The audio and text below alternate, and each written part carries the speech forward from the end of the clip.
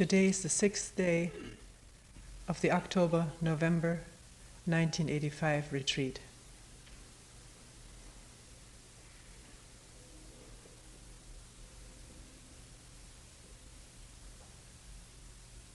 Several questions have been asked during meetings. Maybe it will be helpful for all of us to look at them together.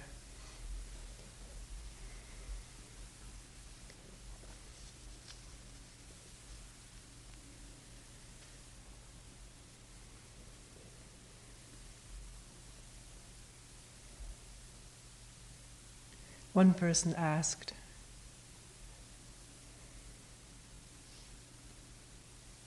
"How do I know that my action is right action?"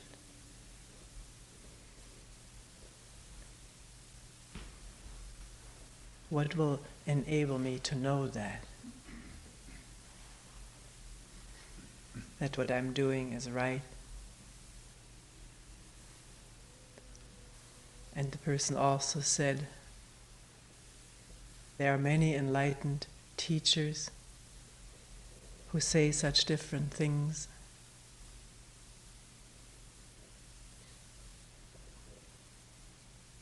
How can I tell what is right?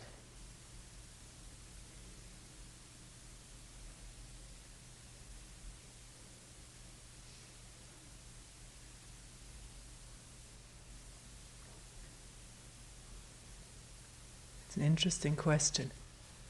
How can one tell whether what somebody else says is right?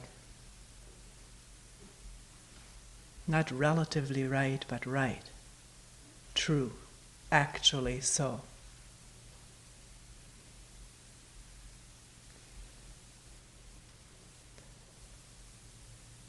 Does one go by what a person, a teacher, or their teacher's disciples, students, whichever way they call themselves, say about their teacher, or what the teacher says about himself?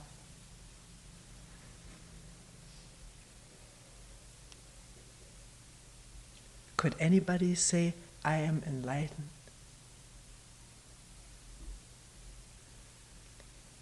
And I'm not questioning the modesty or immodesty of that, but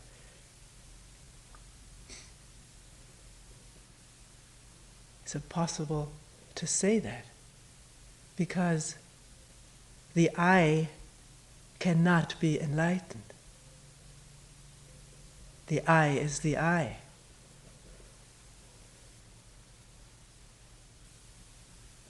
Constantly seeing things and people in terms of itself, what use it is for itself, or what danger it is to itself. What one wants to get out of it, or what one is afraid will happen to one from that. It is precisely the absence of this I pattern in the brain, connected with all the circuits throughout the body, the absence of that, the quietness of that, the non-functioning of that, which makes insight and clarity and loving action possible.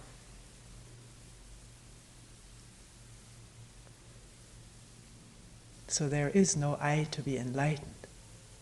If anybody says I'm enlightened, that's absurd.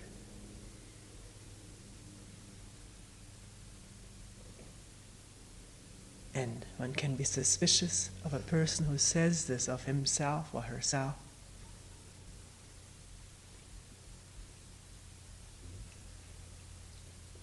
And questioning the motives for saying it. Does the person say it to get students or whatever? We don't even have to go into that right now.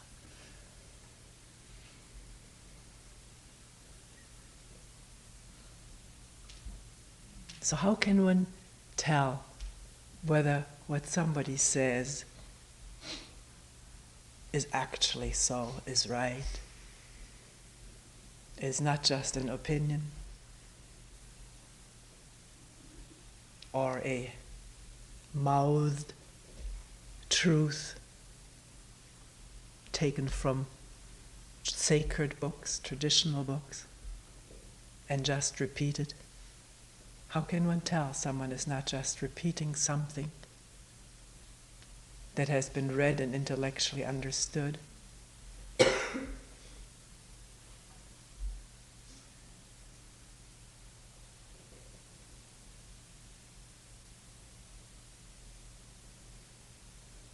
And what's the whole meaning of listening to somebody? We went into that in our first talk. How does one listen to somebody talking? Does one listen to accumulate a new body of knowledge, a new teaching, so that one can commit it to memory and repeat it to others and to oneself?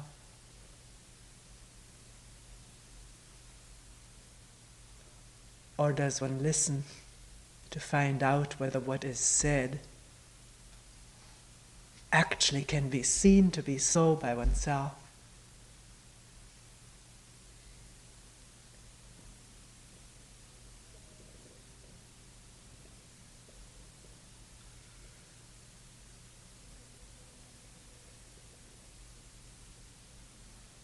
And unless one can see for oneself whether what is being said is so, one does not know whether the person is speaking the truth or not.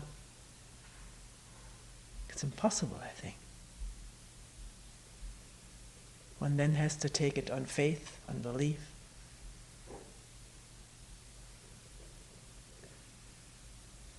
And we do want to take things on faith. We do want to believe. There's a tremendous yearning and desire in human beings to believe, because it's comforting to follow an authority. It's comforting to be told what to do, and it relieves one of the hard work of finding out for oneself, looking and thinking and acting out of seeing oneself what is so, and being able to discern what is seeing and what is just an idea that one has taken over, consciously or unconsciously, in the past or at this moment.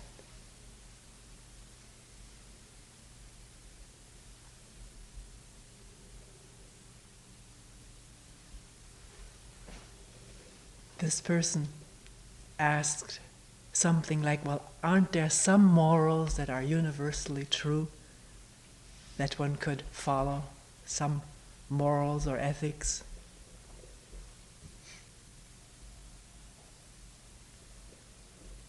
One has to look, question it, and not take somebody's answer for and then be satisfied. It's an important question to ask. What are the ethics and morals of our society, of the prevailing religions of our society, or of other societies? Most of them forbid killing, the killing of another human being. And yet all armed forces have their chaplains built in who bless the guns, who call on God to assist during the battle in which human beings are going to be killed.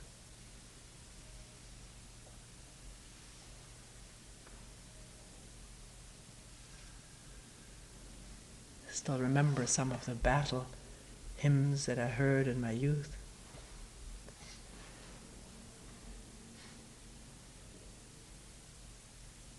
Asking God to be on our side and reporting of all the battles during which God was indeed on our side, and it was His desire that we should be victorious, so we were. This was all in rhyme and music.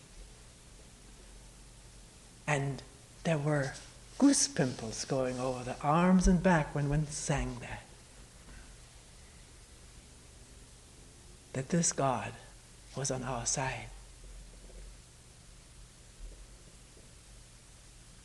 And of course the other side sang the same hymn in a different language.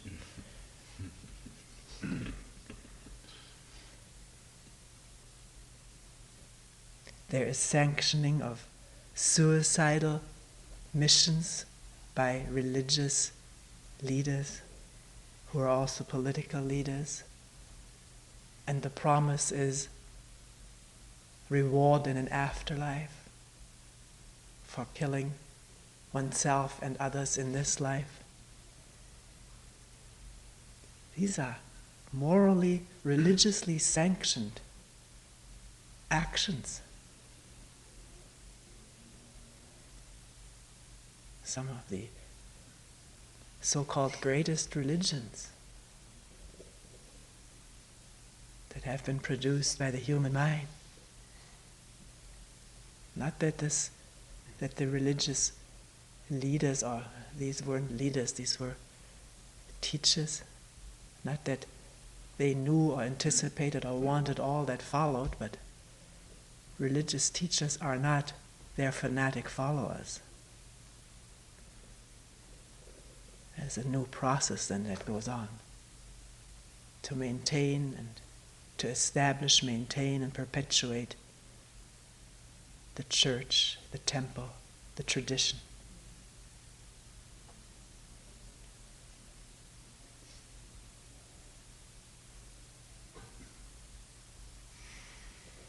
In the name of a loving God, people have been tortured.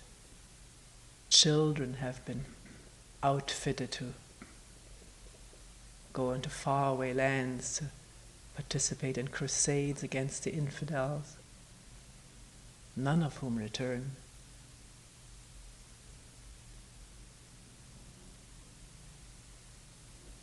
So where is one going to find one's universal moral principles that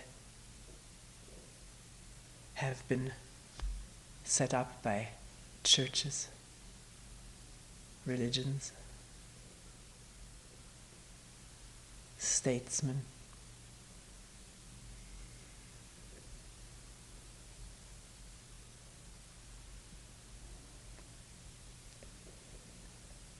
All these principles serve self-interest ultimately if one thinks it through, if one looks at it carefully.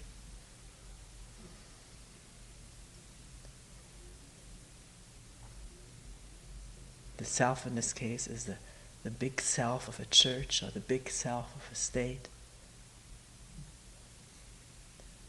There isn't any religion that proclaims to be, well, yes, it is proclaimed that it is in the interest of all human beings, but all human beings should join this church or this religion.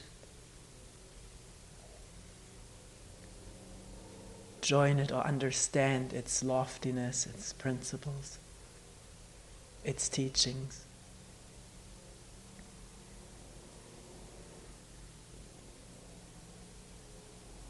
So, religious or political or societal morals come out of the traditions of that particular religion or society or nation. And the tradition is always there to preserve that tradition, that church, that nation. That above all others.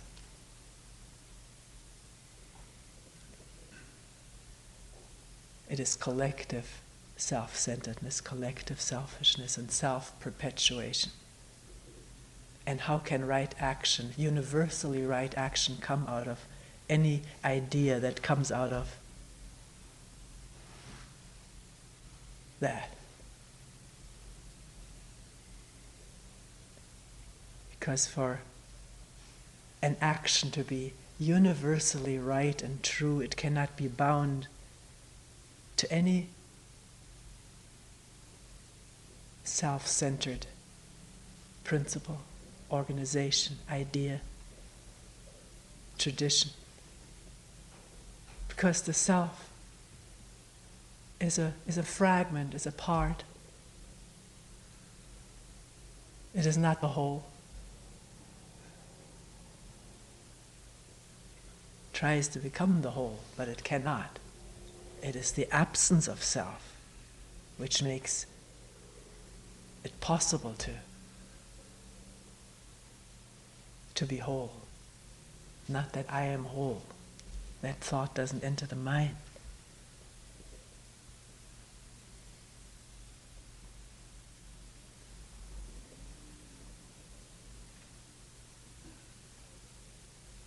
So, isn't it so that right action can only come out of wholeness which is not divided up in any way?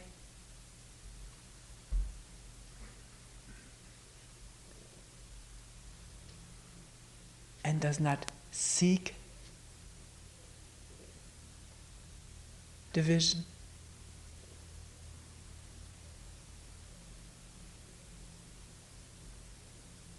Does not seek its own ends, its own purposes, its own results?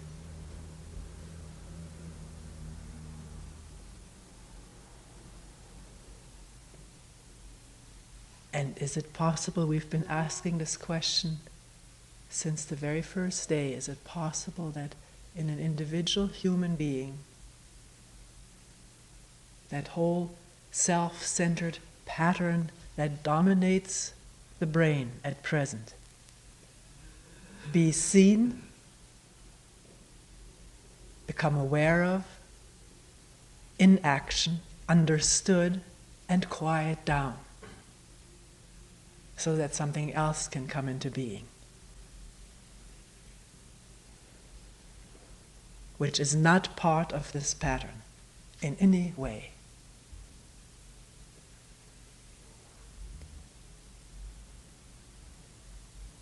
Maybe when this pattern is quiet, the pattern of self, we've gone into its many aspects and angles, when that is quiet, inactive, passive, not energized, and the energies are collecting in awareness of what is going on from moment to moment, then out of this awareness, which is not cut up because the self pattern is quiet, is absent, is an abeyance, maybe then there is right action. The seeing itself being the right action, and whatever follows from it, doing one thing or not doing it. And that is not based on any transmitted moral system which has been set up in the past by human beings.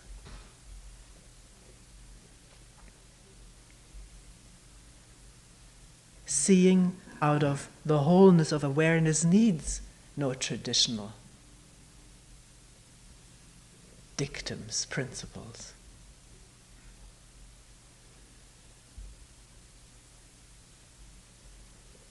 Because it's only the self that raises havoc in our relationships. When the self is not present, then there is lovingness and an intelligent action, which is aware of the whole, not just my side, my people, my family, my group, and then the others.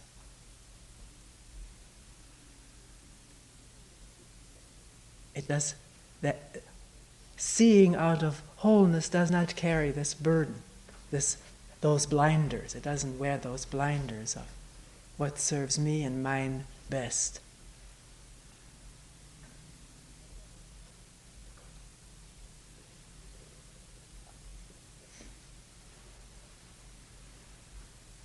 I wonder whether it has been clearly said.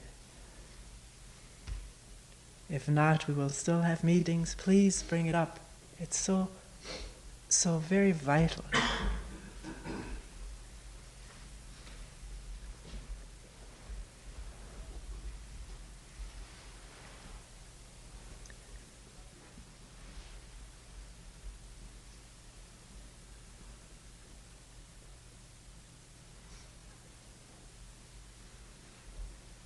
One person asked, is there ever right thinking? Is thinking ever right?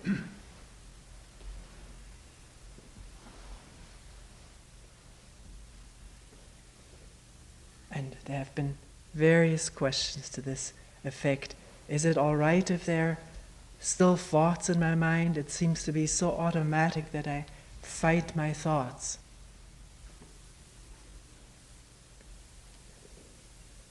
But I see it doesn't get any place, fighting thoughts. Should I fight my thoughts? Should I have a mind without thoughts?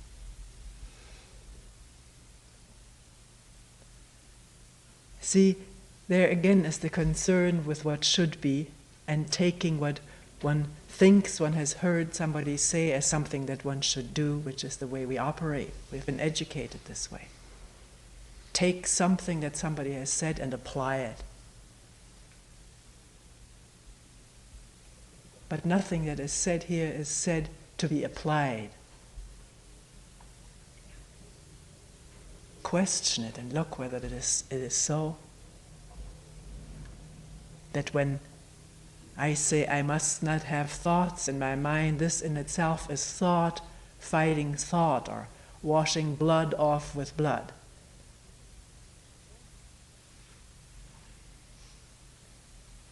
Can there be awareness that thoughts are in the mind? An awareness that is not totally caught up in the content of those thoughts? If there is total caught upness in the content of the thoughts, then there is no awareness. That is a fact.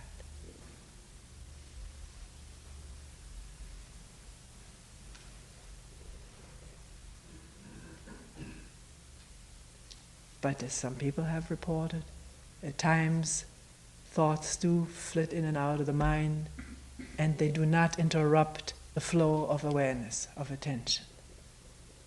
It is because at that moment there is no battle, no repression, no thought, should I have this or should I do something against it? It is just attending.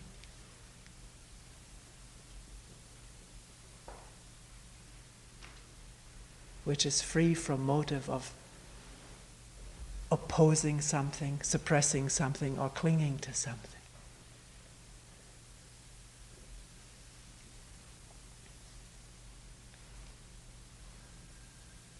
Can one really for oneself go into this thing of whether there is, in fact, someone separate from all of these thoughts who has the control to do something about the thoughts? Or is that in itself also thinking?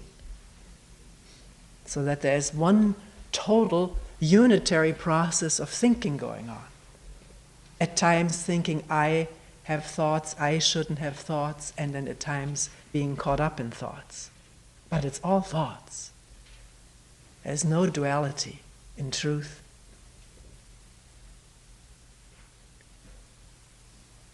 This duality is fabricated through thinking, reinforced by all the feelings that go with this feeling of I am good at controlling my thoughts, then there's a boost of energy.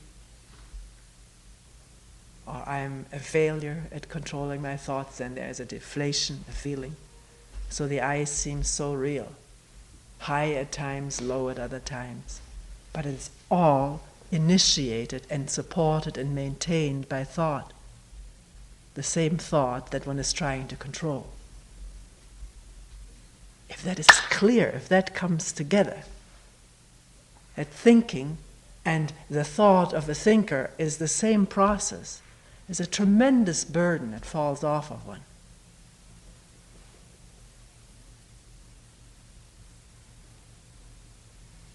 Falls off. There's no one that falls off from.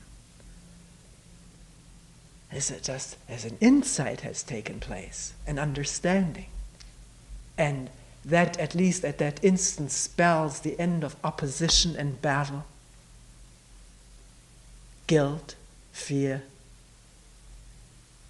pride, all these accoutrements of this idea of me as a separate entity.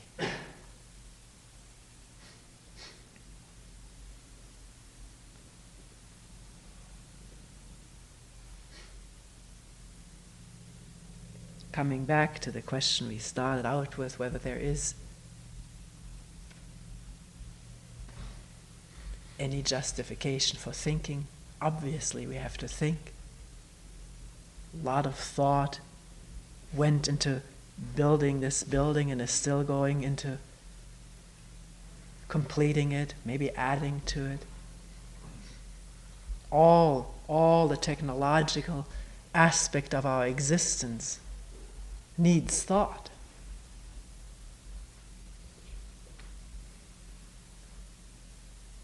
How to feed oneself, clothe oneself, keep oneself dry and warm needs thought. But it is observable whether extra thought creeps into these activities which is not necessary and again starts to raise havoc, thinking I'm the best builder or I'm a poor builder. I'm a cook to beat all cooks, or I'm such a poor cook. Then there's again comparison among ourselves and friction, guilt, all the power trips, submission trips that come out of self-image. It is all open for observation. Granted that most of the time we're not aware, but just because we haven't been aware until now doesn't mean we will remain unaware. Talking and discussing things like this seems to aid in becoming aware of all kinds of stuff that one just did so mechanically, so automatically, taken one's responses for granted, that they're human nature or some such description of it.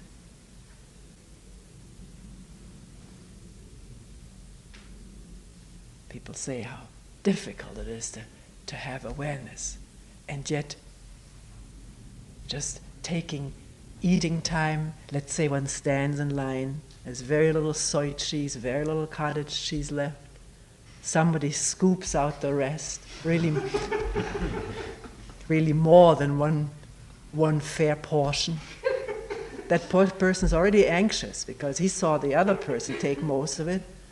What happens when it's observable?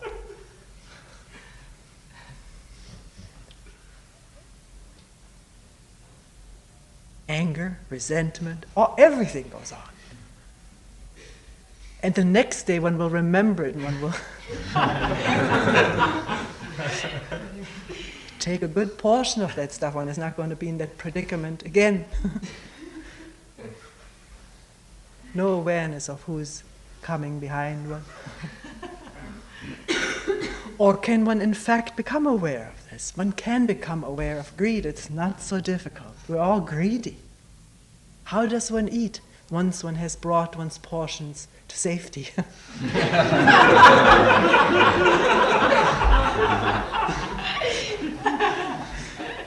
No one can get a dip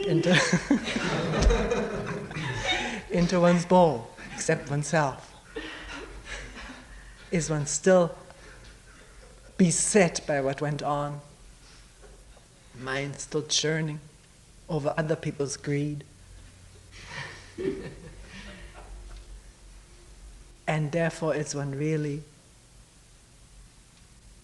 chewing the food, tasting it, swallowing it, or does the swallowing happen before the chewing has finished?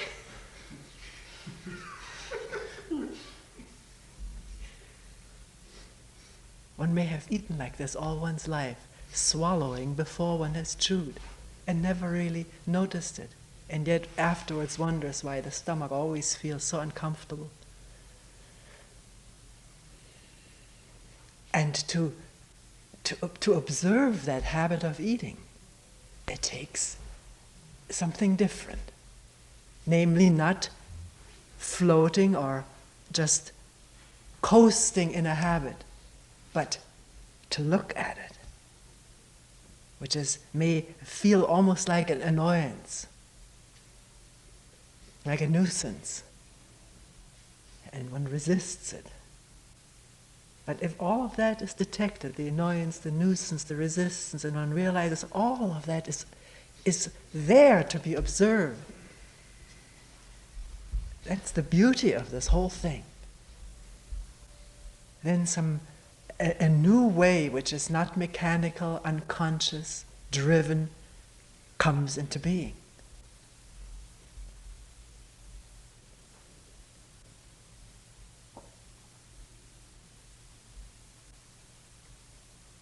And if the whole process from beginning to end with few gaps, there are always gaps when thought goes off, but when that has been observed carefully, non-judgmentally, then with that has grown or emerged an understanding for everybody who is there, because we're all alike.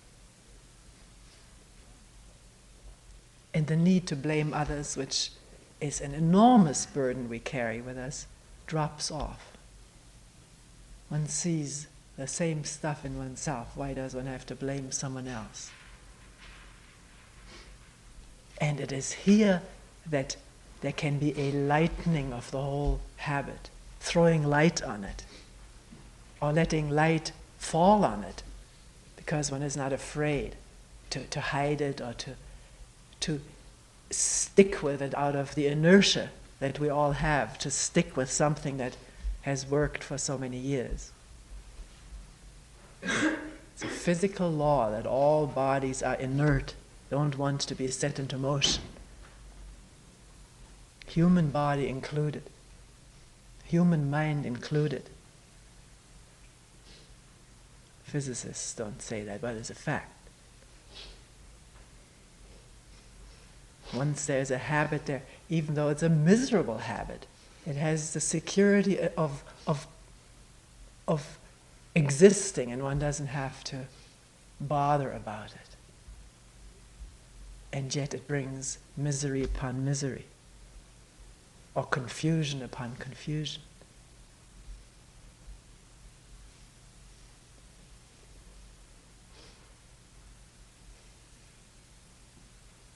So awareness is not such a mystical affair, lofty mystical affair. It's there when we really want to understand,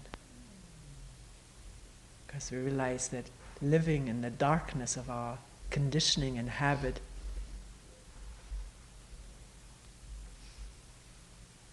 is darkness.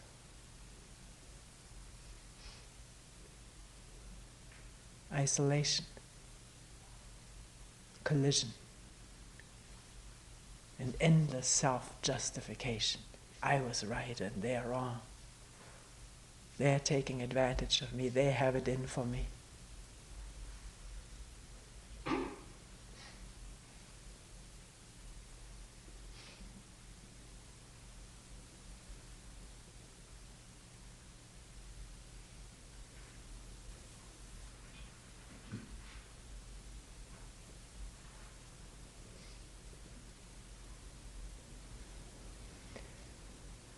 One person asked,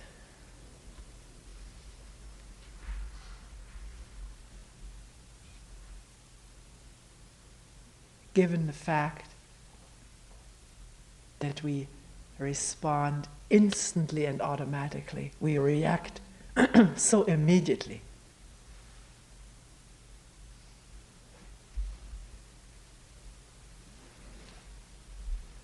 Somebody does something, says something, and immediately the reaction is there.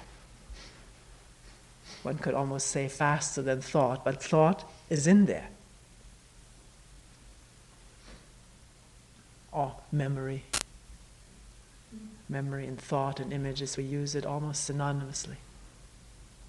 The immediate defense, the immediate attack, the immediate justification or retaliation.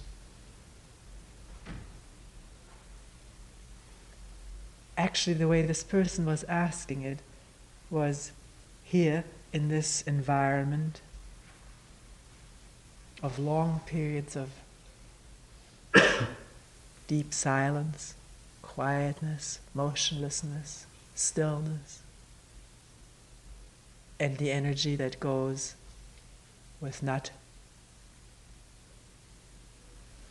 wasting it as we do in our daily life constantly from moment to moment, just alone by talking all the time.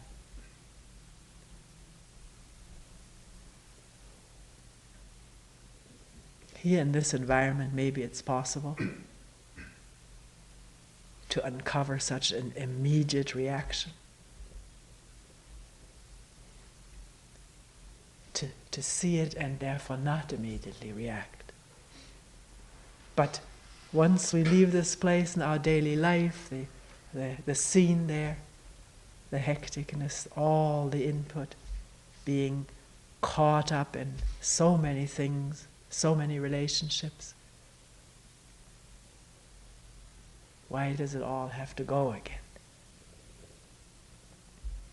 Why does one lose it? This, I think, is how this person put it.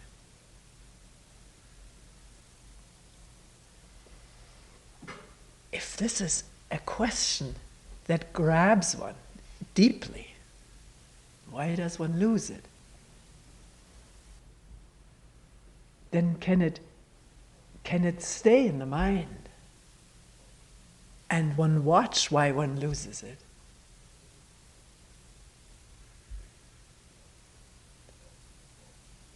We talked the other day about having a passionate interest in how this human mind functions. Some people sort of mentioned to me, you left me behind when you talk about passionate interest. Don't get turned off by a word. If it doesn't fit, then just drop it. It's not said to be adopted or to compare oneself with it. But here, why do I lose it? If that interest is an alive, vital interest, why is the attention so quickly lost or is not there? And when attention is not there, we are on automatic. There's no question about it. Everyone can test it, find it for himself, herself. And is that inevitable? No way out. Because we're not in a retreat when we're in the office or working on a construction site or whatever. So much comes at one. And one goes at so many things, including having the radio on. It's not enough noise already. Somebody's going to talk to me about this, so I better not.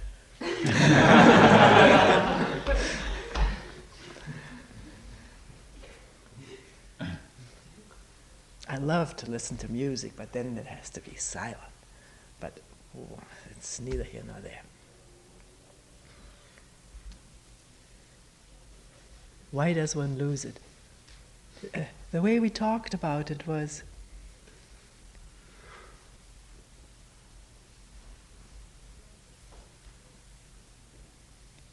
we've been brought up in school already, at home, but particularly in school, and we go to school in almost inhumanly long period of time.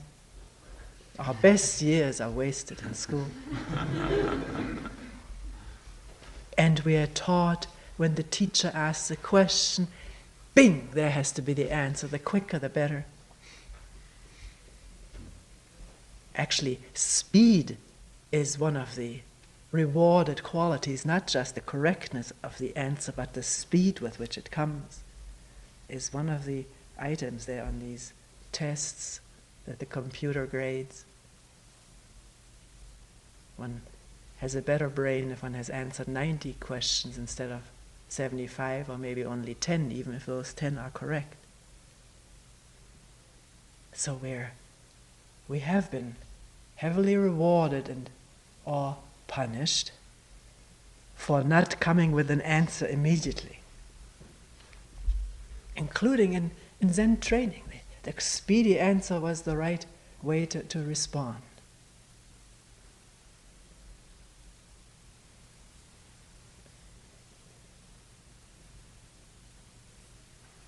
But if somebody asks something or says something to one, one may not know the answer immediately, or maybe never. So is it possible to create a space of time in which to first of all realize whether one has an answer to this or not, whether it has been carefully thought out? Because some answers don't need any careful thinking. One knows where one lives. One knows one's name. But many responses need space, looking into, giving attention, giving care to both the person who is questioning and to the thing that is being said or asked, and to one's own habitual responses which want to take over the scene. Is it possible to give this care? To really look at the problem, whether it was that the person hurt one's feelings, to allow this awareness to come into being, not overshoot it with a conditioned response.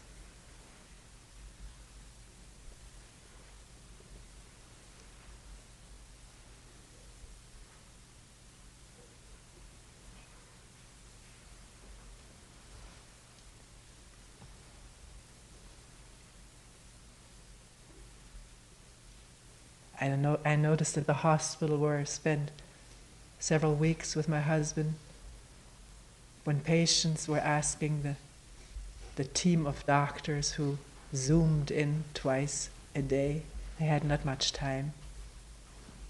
They were their formation was like that of a comet. The headman was at the tip, and then there was this hierarchical following of the assistants, all in order. Because once the headman wasn't there, another one was at the head, and it was that one and not anyone. It was very rigid, hierarchical order of who answers questions. The tail of the comet does not answer questions. It is the headman, and he's in a hurry because there are many patients and many questions which are very difficult to answer, of people who are mostly terminally ill with cancer.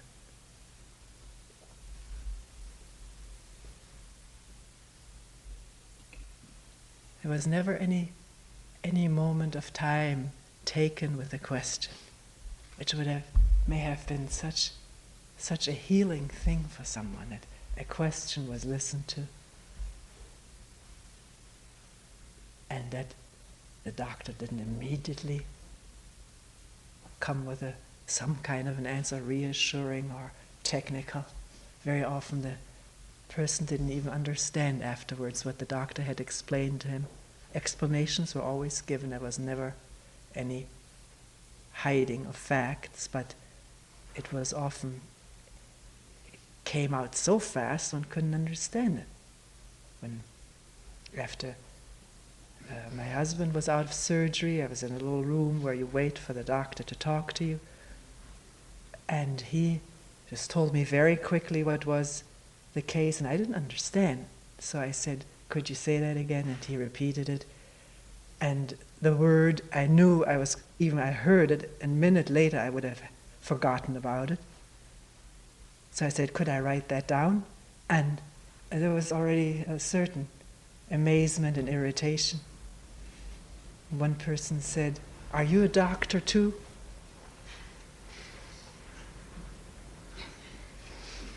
I mean, why would you want to understand something? Really?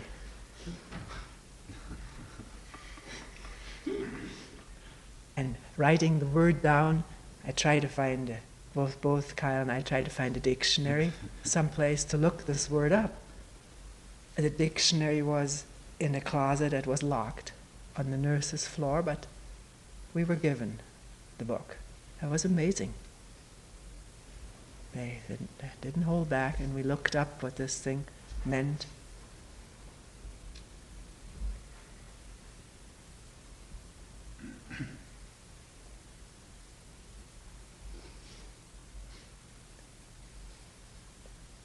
Maybe we just think that people want quick answers because it's our training,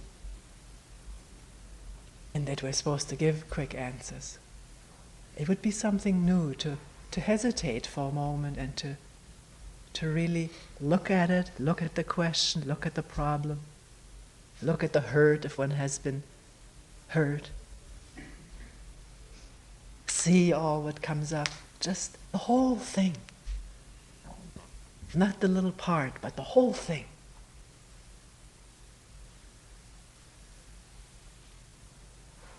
Then one hasn't lost that thing. Then it is operating, it's functioning very beneficially.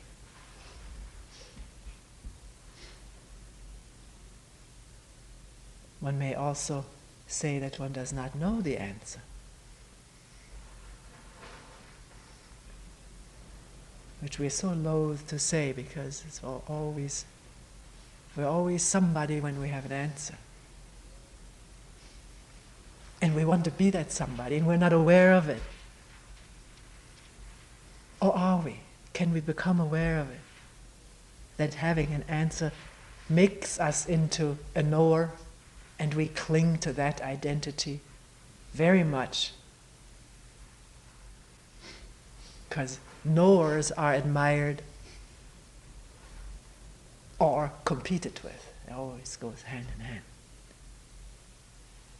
One may be envious of somebody knowing so much and want to get the answer in quicker, so one is also established as a knower in a discussion. And all the while, the problem is overlooked, is neglected, is not probed with great care, no hurry.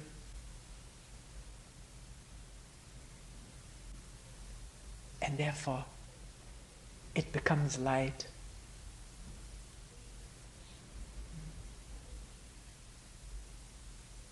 Anything that's looked at carefully and understood becomes light.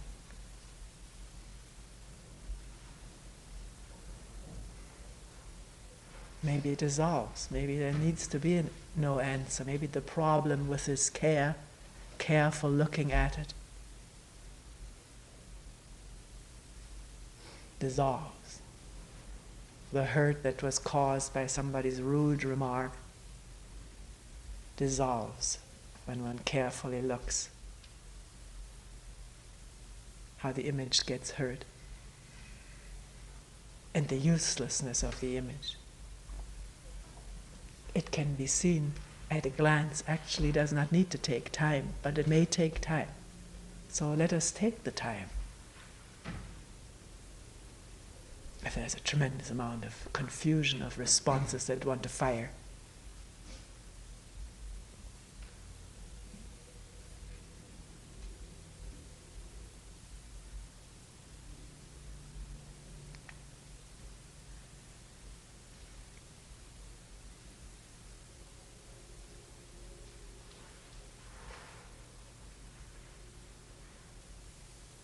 one may notice that the other person who has said something rude, if one takes the time to look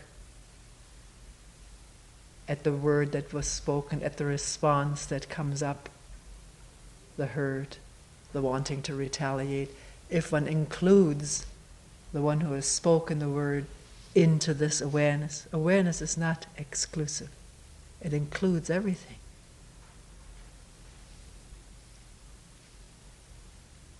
If one takes the time and care, one may find that this person is not an adversary.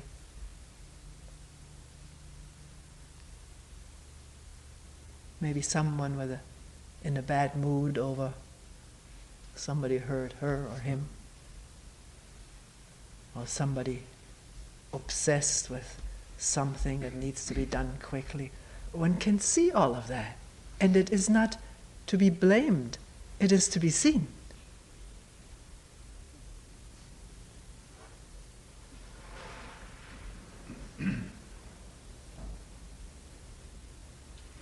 If that kind of attention that doesn't function in our daily moment-to-moment life, then what good is it to spend 7 days except that it can be delightful in such weather? The good energy. But if it doesn't carry over in our daily relationships, then it is again a fragmented activity among all the many fragmented activities that we engage in.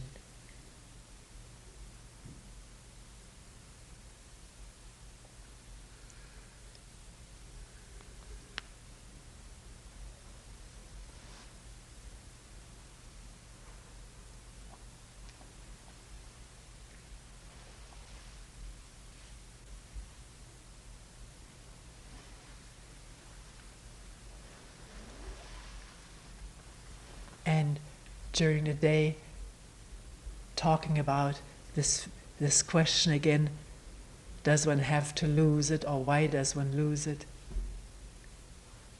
If there's at all a window in the office, and some of these offices are without windows, which is very unfortunate. But if there is a window, can one take a glance at the sky? It's always there. Bright or cloudy, blue or gray, it doesn't matter. But there is something that is beyond our petty problems.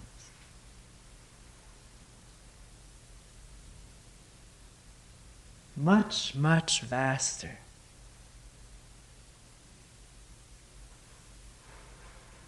And completely not affected by them.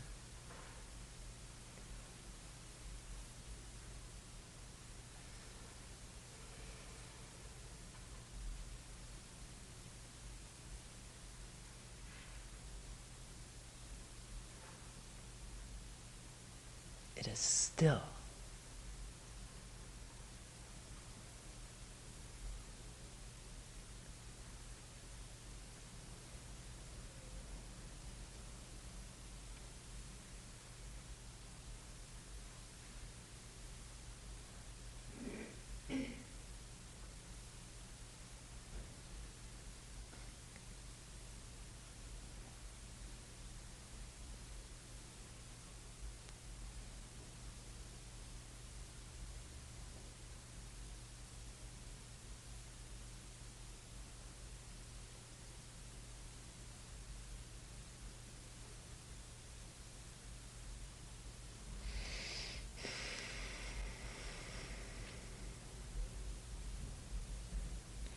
We will end here for today.